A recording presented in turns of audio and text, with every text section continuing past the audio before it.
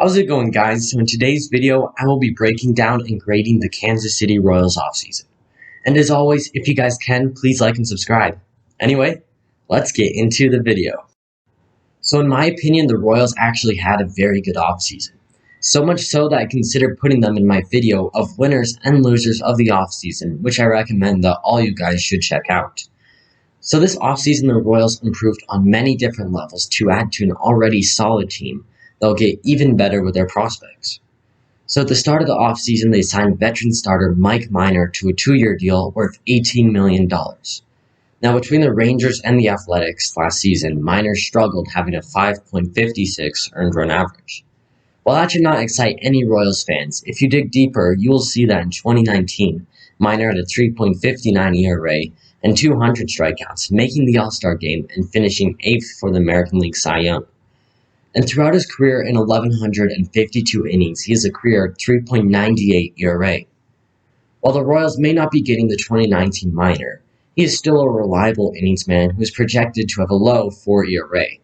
And if worst comes to worst and Minor struggles, at the very least he is a veteran of 9 seasons and can help mentor Brady Singer, Chris Bubic, and Daniel Lynch. In the bullpen, they signed 2 familiar faces in veterans Wade Davis and Greg Holland. And while they are no longer the pitchers that once helped Kansas City win the World Series, they still could be very solid. Last season with the Royals, Holland had a great comeback season with the Royals, having a 1.91 ERA and 31 strikeouts in 28 innings. This is not the case with Davis, who is coming off a horrendous 3-year campaign with the Colorado Rockies, where he had a 6.49 ERA and a 76 ERA+. While those stats should not excite anybody, Davis is exactly where Holland was last season, where he struggled with numerous teams. Besides those 2 moves, they signed former Orioles star Brad Brock to a minor league deal, and re-signed pitchers Carlos Sanabria and Foster Griffin to minor league deals. On the offense side, they made a flurry of moves that vastly improved the team. Starting off their offseason in late November, they signed outfielder Michael A. Taylor to a 1-year deal. Taylor was once a highly regarded prospect with the Nationals. In 7 years with them, he had a 3.7 WAR and won a World Series with them as a 4th outfielder, but he never lived up to his potential.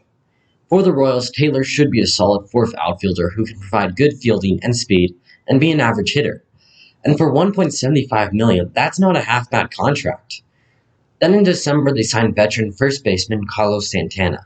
In Santana, the Royals are getting a veteran of 11 seasons who's been worth 31 wins above replacement and 240 home runs.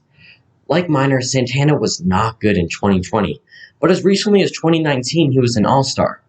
And with Ryan O'Hearn and Ryan McBroom not seizing the first baseman job, Santana was the logical fit, and he should provide 2 quality seasons with the Royals.